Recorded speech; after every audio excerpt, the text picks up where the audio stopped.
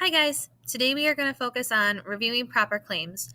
So first what we'll do is we'll go over again what is actually in a claim, what it does, and then we'll take a look at the task for 12 Angry Men again, and then we'll just go through an example of what a really good claim looks like for all three of the body paragraphs that you'll be writing, and that'll be it.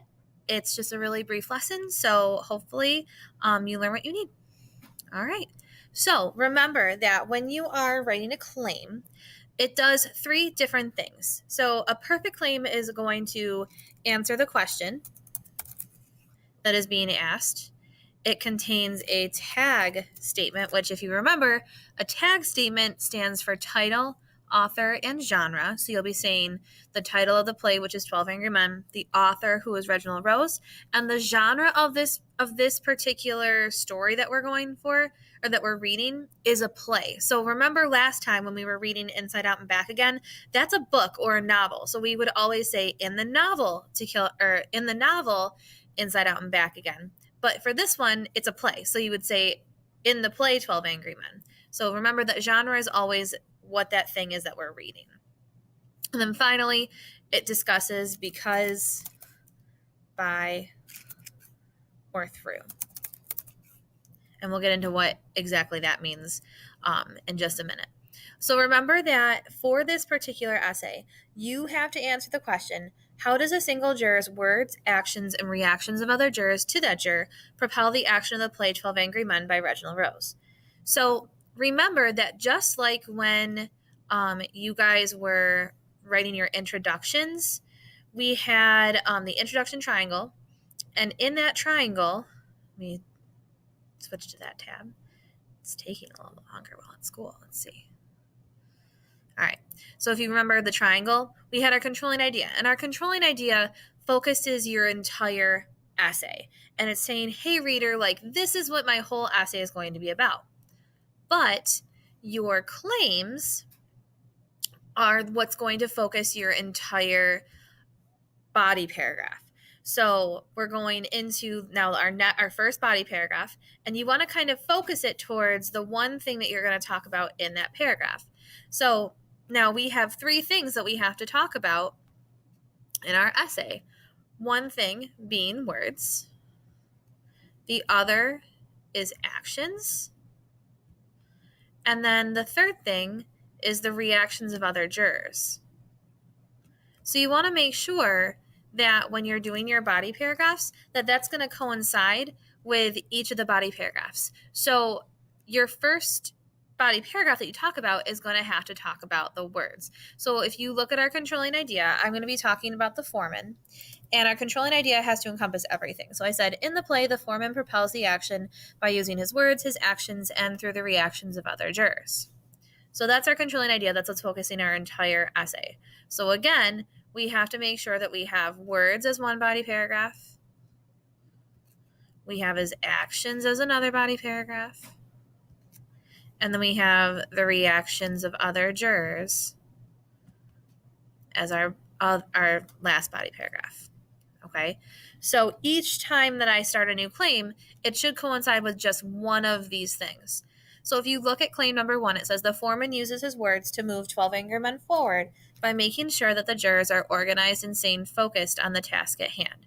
So if you notice, I am talking about the foreman, so I'm making sure that I mention the actual juror that I'm talking about, which is very important. But I'm also making sure that I have the word words in there, because, again, you want to tell your reader, hey, reader, this is what I'm actually going to be writing about in my first body paragraph. So you're only focusing on words, the things that the foreman says, or whoever your juror is, the things that that person says for your first body paragraph.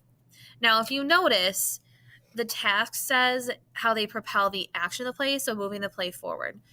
And I don't necessarily use the same words in my claim here. So instead of saying propel the action, I actually say he uses his words to move the play forward. So it's okay sometimes to change your language, and you really should, because that's the sign of a good writer. You don't want to repeat things over and over again. And I know that I've said that a few times, but I'm going to keep saying it because it's really important.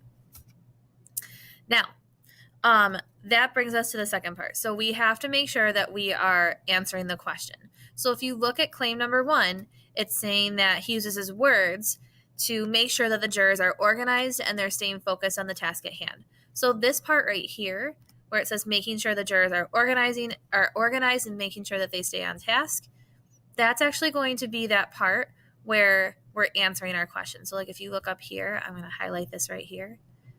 I'm very visual, so I like to highlight things and make them colorful. See, guys, I'm learning.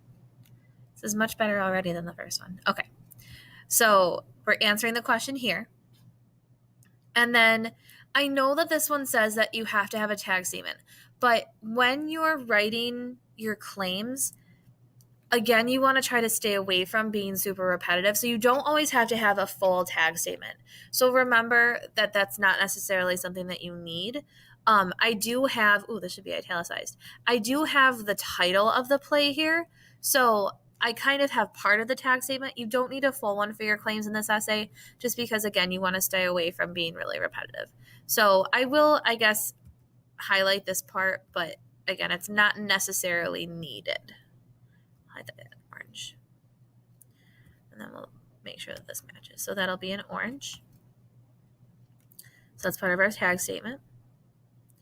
And then you want to make sure you have that because, by, or through. And I do have the by in there. So we have every part that we need in our claim. And it's lots of different colors, which is great. Okay. So we have everything we need. And notice that I am talking about what's going to be in my evidence. So I'm saying that he's going to keep them organized and he's going to keep them focused on the task at hand. So those are probably the things that I'm going to talk about in each of my quotes. So that after that by, that's when you're answering that question. You're giving just 2 indications of what your quotes might actually talk about.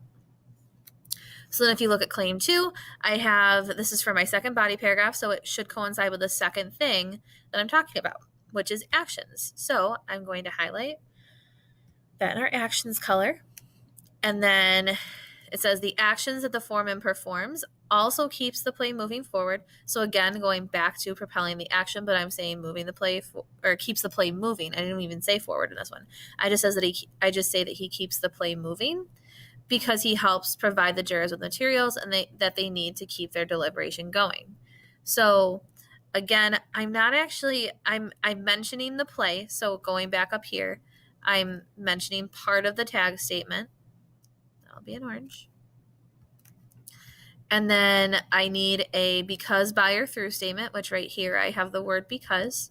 So that is also in there. And then I'm answering the question by saying he helps to provide the jurors with materials that they need to keep their deliberation going.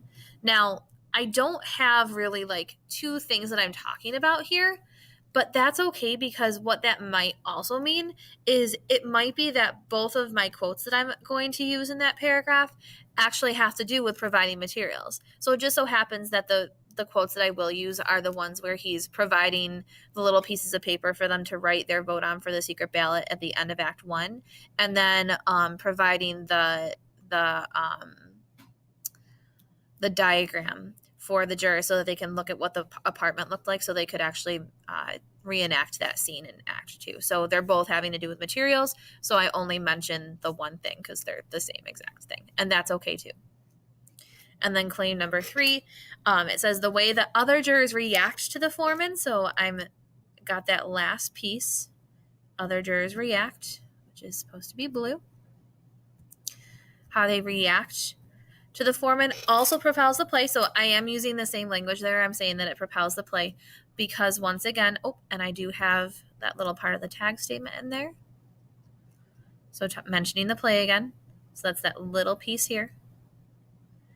Because once the foreman reminds the jurors of their purpose, they fall back into line and do what they need to do. So again, I do have that because, by, or through in there. Underline that.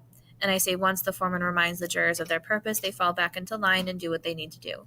And that coincides back up to our green right here, which is answering the question. So kind of the same deal as what I had up at for claim 2. I only mention one thing, but that's just because the evidence that I'm going to use actually has to do with him always reminding the jurors. So any time that he says, hey guys, let's get back to it. We really can't be fighting. We've really got to focus on this. both of my quotes are going to have to do with that. So it is okay sometimes to just summarize that rather than saying one thing after another. Both of those things would be fine. Either the strategy I used in claim 1 or the strategy I used in claims 2 and 3. So now, why is this a good example? So just recapping again, you want to make sure that you have done all of these things in your claim for all 3 of them. So you want to make sure that it's going back to your controlling idea. So your controlling idea will have all 3 things that you're talking about in your body paragraphs. And each claim for your body paragraph is going to talk about one of those things. So your claim needs to make sure that it's talking about the words, then the actions, then the reactions of others, to make sure that it's keeping its focus. And then you have to mention some sort of like indication where that's coming from, whether you name the actual play, you just call it a play, whatever, that's mentioning going back to the tag statement. And you have that because, by, or through statement, and I use by and because twice, to really answer that question. So that answering the question, you're indicating what is going on with that body paragraph that you're about to write. So that's actually all I have for you this time. I'm hoping the video is a little bit more helpful. It's a little bit shorter, so it'll give you more time to really just go back to your own essay and edit what you need to do. If you have any clarifying questions, feel free to come and ask me. I am available 10th period, so just make sure that you are really making that effort to come and see me. Have a great day, everyone.